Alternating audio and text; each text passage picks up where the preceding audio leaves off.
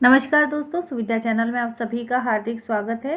तो दोस्तों, आज की इस पोस्ट में हम बात करेंगे जो भी बच्चे टेट एग्ज़ाम की तैयारी कर रहे हैं, शिक्षक भर्ती परीक्षा में पूछे जाने वाले कुछ महत्वपूर्ण टॉपिक्स की हम बात करेंगे। और उसमें आज का जो हमारी क्लास का टॉपिक है वो है भाषा एवं व्याकरण, लैंग्वेज एंड ग्रामर। ओके, तो इससे संबंधित सारे महत्वपूर्ण बिंदु जो हैं आपको इसकी आज की जो क्लास है उसमें आपको प्राप्त हो जाएंगे, जो कि यूपी टेट कह लें या सी टेट या MP TET, H TET, REET, सभी स्टेट टेट के लिए बहुत इंपॉर्टेंट टॉपिक है ये। और बेसिक बात है भाई, अगर हम बात करते हैं हिंदी पेडागोजी की बात करते हैं तो ये सबसे आधारभूत टॉपिक जो है हम कह सकते हैं। तो शुरू करते हैं हमारा आज का टॉपिक, भाषा एवं व्याकरण। तो इस अध्याय में अंतर्निहित विषय वस्तु के बारे में हम जान लेते हैं। एक तो हम बात करेंगे भाषा की, इसके अलावा हम देखेंगे भाषा का महत्व, भाषा के विविध रूप, भाषा कौशल, भाषा तथा व्याकरण और भाषा के रूप। तो सबसे पहले हम बात कर लेते हैं भाषा की। कई लोगों का मानना है कि भाषा जो है वो सिर्फ संप्रेषण तक सीमित है, कि भाई हम आपस में कम्युनिकेशन कर रहे हैं, आपस में बातचीत कर रहे हैं, बस उतना ही रोल भाषा का है। क्या ये चीज वास्तविक में सही है? बिल्कुल सही नहीं है। अगर हम बात करते हैं भाषा की तो हम सिर्फ इसे संप्रेषण के क्षेत्र तक सीमित नहीं रख सकते। अगर हम अपने व्यक्तित्व में धीरे धीरे जो बढ़ोतरी हुई है, जो विकास हुआ है, अगर हम बात करें ज्ञान के क्षेत्र में जो विकास हुआ है, उन सभी में कहीं ना कहीं भाषा का जो योगदान है वो बहुत महत्वपूर्ण है। तो हम ऐसा नहीं कह सकते कि सिर्फ और सिर्फ संप्रेषण तक भाषा जो है वो सीमित है। हमें क्या मानना पड़ेगा कि भाषा का एक समग्रतावादी दृष्टिकोण हमें देखना चाहिए, एक होल कॉन्सेप्ट के रूप में हमें भाषा को देखना चाहिए, जिसके द्वारा हम कह सकें कि इसका जो योगदान है वो बहुआयामी है, सिर्फ संप्रेषण या कम्युनिकेशन तक टिका हुआ नहीं है। तो ये एक बहुत बड़ी बात है कि भाषा के अंदर एक बहुत बड़ी शक्ति होती है जिसके द्वारा मनुष्य के व्यक्तित्व में निखार आता है। अब भाषा के संदर्भ में भाषा को लेकर अलग अलग मनोवैज्ञानिकों ने अलग अलग बातें कही हैं। तो जो सबसे इंपॉर्टेंट बात है वो किसके द्वारा कही गई है? प्लेटो के द्वारा कही गई है। तो प्लेटो ने क्या कहा है? अगर हम बात करें प्लेटो के अनुसार क्या बात कही गई है भाषा को लेकर, क्योंकि एग्जाम में कई बार ये पूछा जाता है क्योंकि ये कथन किसके द्वारा कहा गया है। तो भाषा को लेकर कुछ मनोवैज्ञानिकों के द्वारा कुछ बातें जो कही गई हैं, कुछ कथन जो स्टेटमेंट जो कहे गए हैं, वो मैं आप लोगों को बताना चाहूंगी। तो प्लेटो ने तो क्या कहा है, ध्यान से सुनिएगा, कि विचार और भाषा में थोड़ा ही अंतर है। हम जो हमारे मन में जो सोचते हैं ना, हमारे विचार आते रहते हैं, उसकी बात करें या फिर हम जो बोलते हैं, मुंह से जो ध्वनियां निकालते हैं उसकी बात करें, तो इन दोनों में बहुत ज्यादा अंतर नहीं है। तो मैं एक बार आपको स्टेटमेंट बता देती हूँ कि प्लेटो के द्वारा भाषा को लेकर क्या कहा गया है, कि विचार और भाषा में थोड़ा ही अंतर है।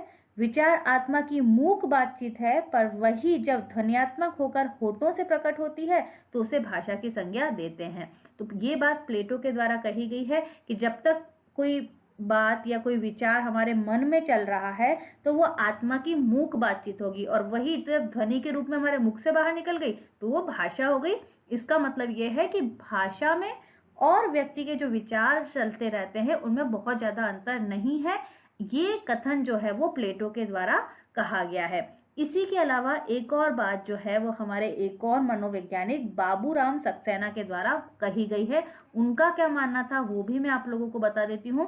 बाबूराम सक्सेना जो हैं उनके द्वारा भी भाषा को परिभाषित किया गया है। उनके अनुसार जिसकी सहायता से मनुष्य परस्पर विचार विनिमय या सहयोग करता है उस यादृच्छिक रूढ़ ध्वनि संकेत प्रणाली को ही भाषा कहा जाता है। यानी मनुष्य जो है अपनी बातों को बताने के लिए, अपने विचारों के आदान प्रदान के लिए कुछ ही ध्वनियों का प्रयोग कर रहा है, और वही ध्वनियां क्या है? भाषा है। तो ये बात किसके द्वारा कही गई है? बाबूराम सक्सेना के द्वारा कही गई है। एक और मुख्य बात मैं आप लोगों को कहना चाहूंगी कि भारतीय परंपरा की अगर हम बात करते हैं तो भारतीय परंपरा के अनुसार भाषा जो है वो बोलना है। ठीक है ना? भाषा क्या है? बोलना है, ना कि लिखना। भारत की परंपरा के अनुसार अगर हम बात करें तो भाषा बोलना है, लिखना नहीं मानी जाएगी। भाषा को संज्ञान माना जाएगा। ठीक है ना? भाषा को क्या माना जाएगा? संज्ञान माना जाएगा। भाषा को सिर्फ एक बातचीत का माध्यम नहीं माना जाएगा कि सिर्फ भाषा जो है संप्रेषण के लिए की जाती है। संज्ञान जो है वह भाषा है। इसी के अलावा भाषा जो है वो रचनावादी तंत्र के रूप में माना है। भारतीय परंपरा ने रचनावादी तंत्र के रूप में इसको माना गया है, ना कि सिर्फ ये प्रस्तुतिकरण के लिए जरूरी है। तो ये इंपॉर्टेंट बात थी, भाषा से संबंधित हमने एक महत्वपूर्ण बात कर ली भाई। शुरुआत, इंट्रोडक्शन देख लिया कि भाई सिर्फ भाषा को हम कम्युनिकेशन तक सीमित नहीं करेंगे। भाषा एक बहुआयामी तत्व है। सिर्फ और सिर्फ संप्रेषण के द्वारा ही हम इसका महत्व की पूर्ति नहीं कर सकते हैं। अगला मुख्य टॉपिक है भाषा के विविध रूप। ठीक है, तो भारतीय संस्कृति के संदर्भ में अगर हम बात करते हैं तो भाषा के बहुत सारे रूप हैं और इन्हीं रूपों के माध्यम से हिंदी के स्थान को ठीक रूप से निश्चय भी किया गया है। तो देखिए, अगर हम बात करते हैं अलग अलग भाषा के रूपों की, तो देखिए एक भाषा होता है बोलचाल की भाषा का हम प्रयोग करते हैं। ठीक है ना, हम बोलचाल की भाषा का प्रयोग करते हैं, उस आधार पर बोलियां बनी है बहुत सारी बोलचाल की भाषा के आधार पर। ठीक है, तो अगर हम बात करें बोलचाल की भाषा, तो इसको समझने के लिए आपको क्या जानना जरूरी है कि बोलियां क्या होती है। आपने बोली सुना होगा, बोली क्या होती है? तो बोली उन सभी लोगों की बोलचाल की भाषा का वह मिश्रित रूप होता है जिनकी भाषा में पारस्परिक भेद का अनुभव नहीं किया जा सकता। ठीक है ना, तो कोई भी एक ग्रुप है, जन लोगों का समूह है, और वो किसी कारण से धीरे धीरे उनका नंबर बढ़ गया है, और उनके द्वारा जो भाषा बोली जाती है उसी को क्या कहा जाता है? वो वहां की बोली रह जाती है। ठीक है ना, तो एक तो हो गई बोलचाल की भाषा। दूसरी एक महत्वपूर्ण भाषा होती है मानक भाषा, बहुत महत्वपूर्ण है। दूसरा क्या हो जाएगा? मानक भाषा। ठीक है, तो भाषा को स्थिर करना बहुत जरूरी है। भाषा को सुनिश्चित रूप से करने के लिए हम मानक भाषा का प्रयोग करते हैं। और मानक भाषा का अगर दूसरा नाम कई बार एग्जाम में पूछ लिया जाता है, जिसे कहा जाता है परिनिष्ठित भाषा। ये भी कई बार एग्जाम में हो जाता है, तो कंफ्यूज नहीं होना है आप लोगों को कि परिनिष्ठित भाषा क्या है और मानक भाषा क्या है। तो एक होती है परिनिष्ठित भाषा और वही मानक भाषा है। तो यहाँ पर आप लोगों को पता होना चाहिए कि जो मानक भाषा जो है, अगर हम बात करते हैं शिक्षित वर्ग की जो शिक्षा है या पत्राचार या व्यवहार की जो भाषा होती है, वही मानक भाषा होती है। और जितना भी पाठ्य पुस्तकों में प्रकाशन होता है वो मानक भाषा के आधार पर किया जाता है। यानी इसका मतलब ये है कि किसी भी भाषा के मानक रूप का क्या अर्थ होता है कि उस भाषा का वह रूप जो उच्चारण, रूप रचना, वाक्य रचना, शब्द रचना, मुहावरे, लोकोक्तियां, प्रयोग आदि की दृष्टि से उस भाषा के सभी नहीं तो अधिकांश सुशिक्षित लोगों के द्वारा उसे शुद्ध माना जाए, वही उस वहां की मानक भाषा कहलाई जाएगी। इसके अलावा एक भाषा कही जाती है संपर्क भाषा। एक भाषा क्या कहलाई जाएगी? संपर्क भाषा कहलाई जाएगी। अब संपर्क भाषा क्या है वो भी हम देख लेते हैं। अनेक भाषाओं के अस्तित्व के बावजूद जिस विशिष्ट भाषा के माध्यम से व्यक्ति या फिर राज्य या फिर एक देश दूसरे देश के बीच में संपर्क करता है, उसे कौन सी भाषा कहा जाएगा? संपर्क भाषा कहा जाएगा। ठीक है ना, यानी भाई एक जरूरी नहीं, ठीक है हमारी भाषा किसी और प्रकार की है, लेकिन किसी दूसरे गांव से या किसी दूसरे शहर से या किसी दूसरे देश से संपर्क करने के लिए व्यक्ति जिस भाषा का प्रयोग करता है ना, तो उसी को संपर्क भाषा कहा जा सकता है। तो बहुत सारी मतलब अंग्रेजी इस प्रकार से एक प्रकार से संपर्क भाषा के रूप में बहुत अच्छे से उभर के आई है। इसके अलावा एक और भाषा होती है जो कि होती है राजभाषा। ठीक है ना, तो भाषा के विविध रूप हैं। बोलचाल की भाषा अलग है, मानक भाषा अलग है, संपर्क भाषा अलग है, राजभाषा अलग है। तो राजभाषा क्या होती है? अगर कोई भी सरकारी कार्य किया जा रहा है तो वो जिस भाषा में किया जाएगा उसे क्या कहा जाएगा? राजभाषा। कई लोग हैं जो सोचते हैं कि राजभाषा और राष्ट्रभाषा में कोई अंतर नहीं है, लेकिन दोनों एक दूसरे से बिल्कुल अलग अलग हैं। ये चीज आपको याद रखनी है कि राष्ट्रभाषा की अगर हम बात करते हैं तो राष्ट्रभाषा सारे राष्ट्र के लोगों के संपर्क की भाषा होती है, लेकिन अगर हम बात करते हैं राजभाषा की तो वो सिर्फ सरकारी कामकाज की भाषा है। तो राजभाषा सरकारी कामकाज की भाषा है, ये चीज आप याद रखें। हिंदी हम कह सकते हैं कि ये राजभाषा है, बिल्कुल राजभाषा है। अंग्रेजी भी राजभाषा है, क्यों? क्योंकि सरकारी कार्यों के लिए इन भाषाओं का प्रयोग किया जाता है। इसके अलावा होती है राष्ट्रभाषा।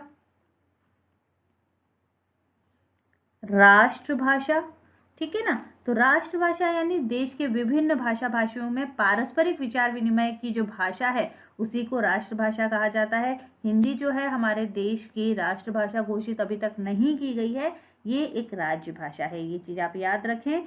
और सबसे इम्पोर्टेंट, इन सबसे भी सबसे ज़्यादा जो हम कह सकते हैं कि भाषा का जो पहला रूप है वो कौन सा रूप हो जाएगा, एक मातृभाषा। तो ये विभिन्न रूप हैं मातृभाषा, जो कि हम कह सकते हैं कि भाषा का पहला रूप है।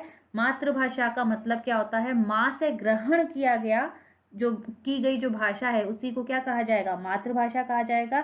तो माँ की बात यहाँ पर हम ऐसा नहीं कह रहे हैं कि हम मदर की बात कर रहे हैं, हम मम्मी के रूप में भी कह रहे हैं, लेकिन वास्तव में क्या है कि भाई उस भारतीय संस्कृति के विशाल रूप में जिस एरिया में बच्चे का जन्म हुआ है या फिर जन्मभूमि से जो ग्रहण की गई जो भाषा है उस रूप में आपको इसको लेना है, उसी को मातृभाषा कहा जाएगा। यानी घर में जो बोली जा रही है भाषा या मम्मी पापा के द्वारा जो भाषा बोली जा रही है उसी को मातृभाषा कहा जाएगा। तो ये बहुत सारे विविध रूप हैं जिसमें सबसे महत्वपूर्ण है आपकी मातृभाषा, राजभाषा, राष्ट्रभाषा, कई बार मानक भाषा के बारे में पूछा जाता है, और मानक भाषा का दूसरा नाम है परिनिष्ठित भाषा।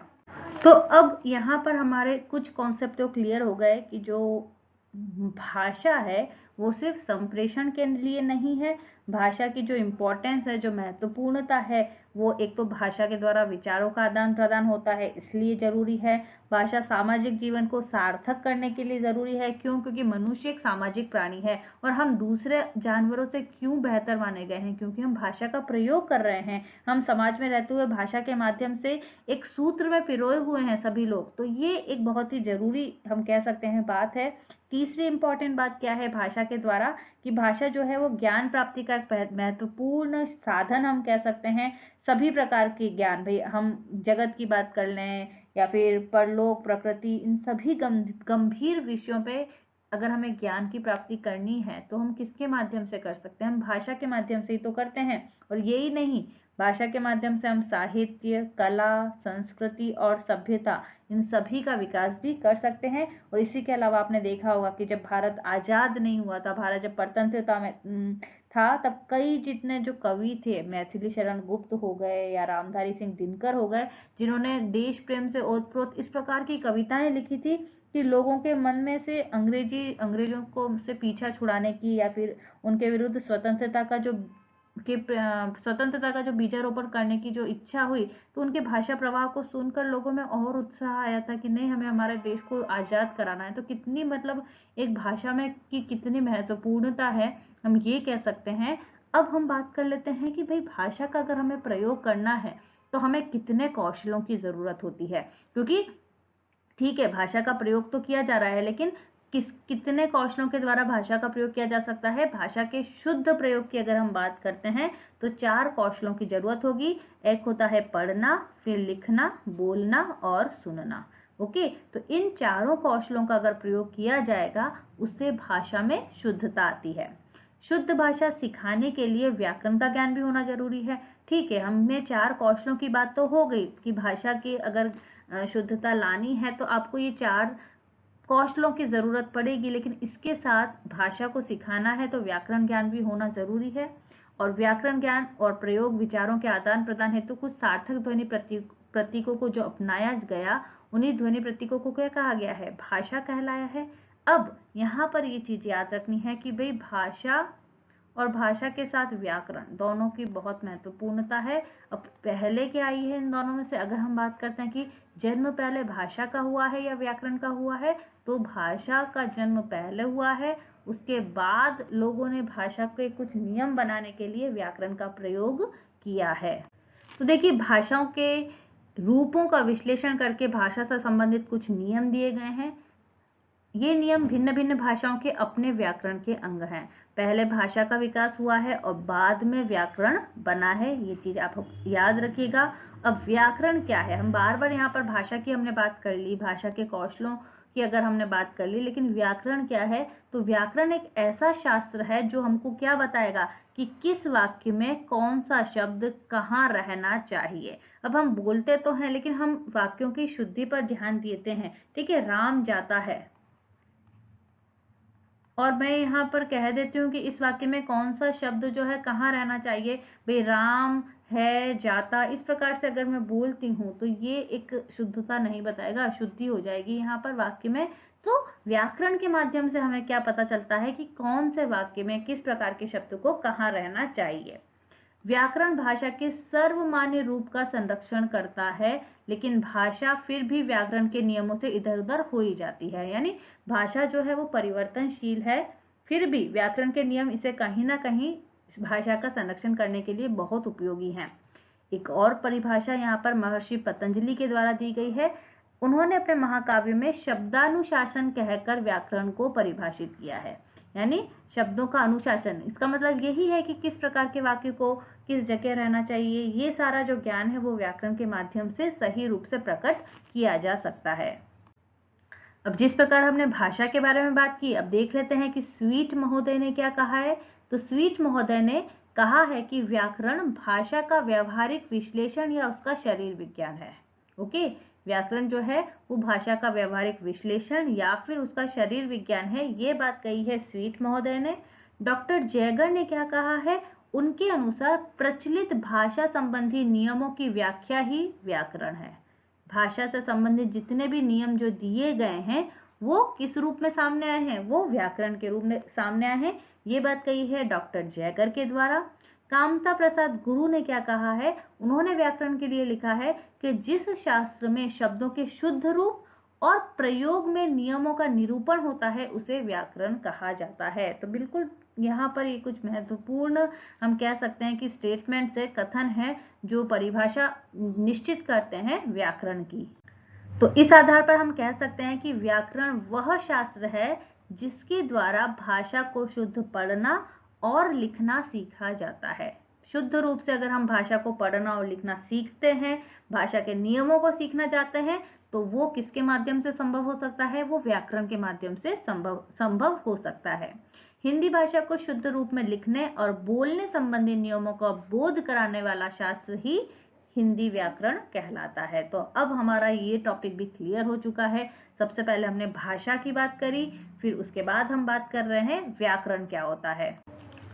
अब हम बात करते हैं कि भाषा का अगर अधिगम करना है, ठीक है, अर्जन में व्याकरण की जरूरत नहीं होती इतनी। जब हम पढ़ेंगे कि भाषा अर्जन और अधिगम, भाई भाषा अर्जन जो है बच्चा अपने आसपास के माहौल से कर लेता है, लेकिन जब बात होती है भाषा अधिगम की, जब भाषा को लर्न किया जाता है, तो लर्निंग में व्याकरण की बहुत बड़ी महत्वपूर्णता है, बहुत बड़ी भूमिका हम कह सकते हैं। कैसे भूमिका है वो मैं आपको बताना चाहूंगी कि हम सभी जानते हैं कि भाषा जो है वो परिवर्तनशील है। भाषा में समय समय के साथ परिवर्तन हुए हैं, भाषा विकासशील भी है। अब इस परिवर्तनशीलता और विकासशीलता पर किसी का कंट्रोल तो होना चाहिए। वो कंट्रोल किसके द्वारा होता है, व्याकरण के द्वारा होता है। दूसरी इंपॉर्टेंट बात क्या है कि व्याकरण भाषा का, क्योंकि हमें पता है परिवर्तनशील है, तो भाषा को अव्यवस्थित होने से कौन बचाता है, व्याकरण बचाता है। व्याकरण के जो नियम है वो भाषा को अव्यवस्थित होने से बचाता है, क्योंकि टाइम के साथ हो सकता है कि एक पूरी पीढ़ी किसी कुछ शब्दों को अलग रूप में बोल रही, फिर वो पीढ़ी दर पीढ़ी चलती जाएगी, ठीक है। अगर कुछ नियम नहीं बताए गए, कुछ नियम लागू नहीं किए गए, तो भाषा का जो रूप है वो हो सकता है कि बिल्कुल अव्यवस्थित हो जाए, बिल्कुल अलग हो जाए। तो भाषा को अव्यवस्थित होने से बचाने के लिए व्याकरण जरूरी है, भाषा को शुद्ध रखने के लिए व्याकरण जरूरी है, भाषा की विकृतियों से बचाने के लिए व्याकरण की शिक्षा देनी बच्चों को बहुत जरूरी है।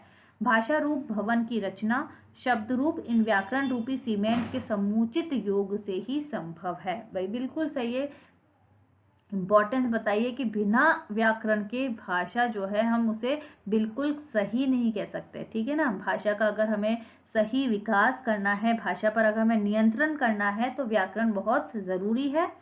सभी जानते हैं कि भाषा जो है वो अर्जित की जा सकती है, अनुकरण के माध्यम से भाषा को सीखा जा सकता है, लेकिन अगर उसे प्रभावशाली बनाना है, एक सिर्फ सीखना और एक प्रभावशाली भाषा का प्रयोग करना, दोनों में बहुत बड़ा अंतर होता है। तो भाषा को प्रभावशाली अगर बनाना है और उसके सर्वमान्य रूप को अगर सीखना है, तो हमें व्याकरण को सीखना बहुत जरूरी है।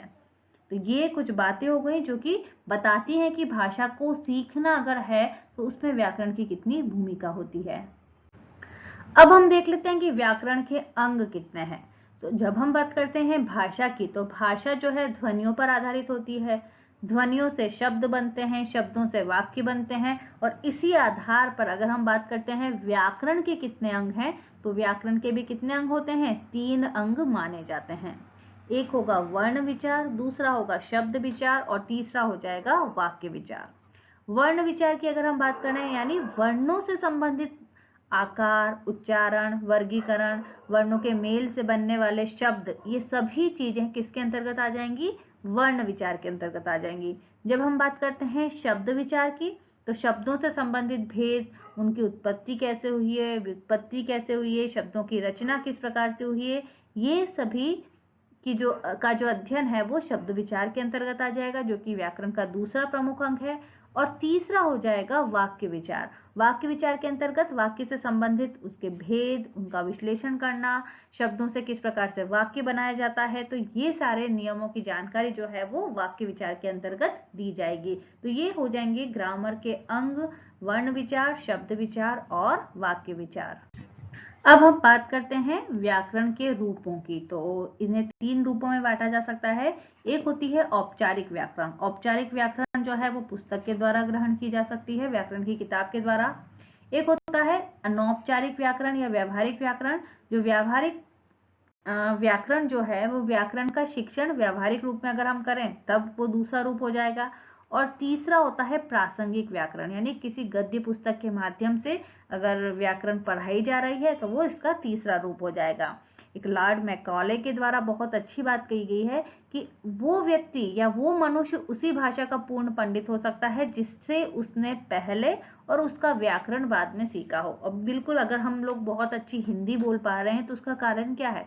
हमने एकदम से हिंदी की ग्रामर नहीं पढ़ी थी, व्याकरण नहीं पढ़ा था। हमने पहले हिंदी भाषा सीखी और बाद में उसका व्याकरण का अध्ययन किया है। तो व्यक्ति जो है उस भाषा पे अच्छे से कमांड कर सकता है। अब कई लोग जो होते हैं वो क्या करते हैं, ग्रामर सीखने की कोशिश करते हैं। अगर कई बच्चे जो हैं कोई दूसरी भाषा सीखना चाह रहे हैं तो इतनी अच्छी सफलता नहीं मिलेगी जितने की व्यक्ति पहले भाषा को सीखे और उसके बाद उसकी ग्रामर सीखे, तब बहुत ज्यादा प्रभाव उस पर पड़ सकता है भाषा सीखने से संबंधित। तो ये बात कही है लॉर्ड मैकॉले ने। अब व्याकरण शिक्षण के उद्देश्य क्या है, क्यों बच्चों को व्याकरण शिक्षण देना जरूरी है?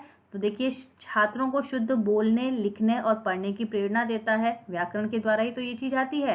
शुद्ध भाषा प्रयोग अगर बच्चे सीखना चाहते हैं तो वो किसके माध्यम से सीखेंगे? व्याकरण शिक्षण के माध्यम से सीखेंगे। बच्चों में रचना और सृजनात्मकता का विकास जो है वो व्याकरण शिक्षण के माध्यम से आएगा। छात्रों को ध्वनियों के सूक्ष्म अंतर पता चलेंगे, शब्द योजना, शब्द शक्तियां, वर्तनी को किस प्रकार से शुद्ध लिखा जाता है वो व्याकरण का एक महत्वपूर्ण हिस्सा है। विराम चिन्हों का प्रयोग कैसे किया जा सकता है, कितने प्रकार के ये होते हैं, छात्रों में किस प्रकार से वो लोकोक्ति या मुहावरों का प्रयोग करें, सही समय पर उनका उच्चारण करें, तो ये सब चीजें जो हैं व्याकरण शिक्षण के उद्देश्य हैं। नए भाषा जो है बच्चे सीखें या शुद्ध उच्चारण की जो शिक्षा है उसे प्रदान करना व्याकरण शिक्षण के उद्देश्य माने जाएंगे। तो महत्वपूर्ण उद्देश्य हैं ये, और हम जनरली इन्हें समझ सकते हैं। आप अभी खुद सोचिए कि व्याकरण की क्या इंपॉर्टेंस हो सकती है। तो ये सभी इंपॉर्टेंस है कि मुख्य रूप से तो भाई भाषा का शुद्ध रूप से अगर प्रयोग करना है तो व्याकरण बहुत जरूरी है।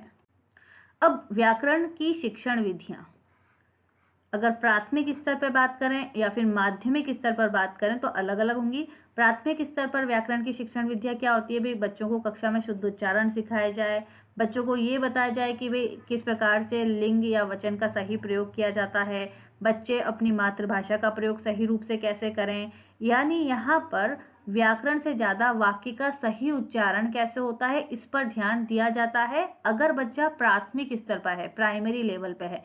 बच्चा अगर माध्यमिक स्तर पर है तब जाकर उसको व्याकरण के नियमों की जानकारी दी जाती है।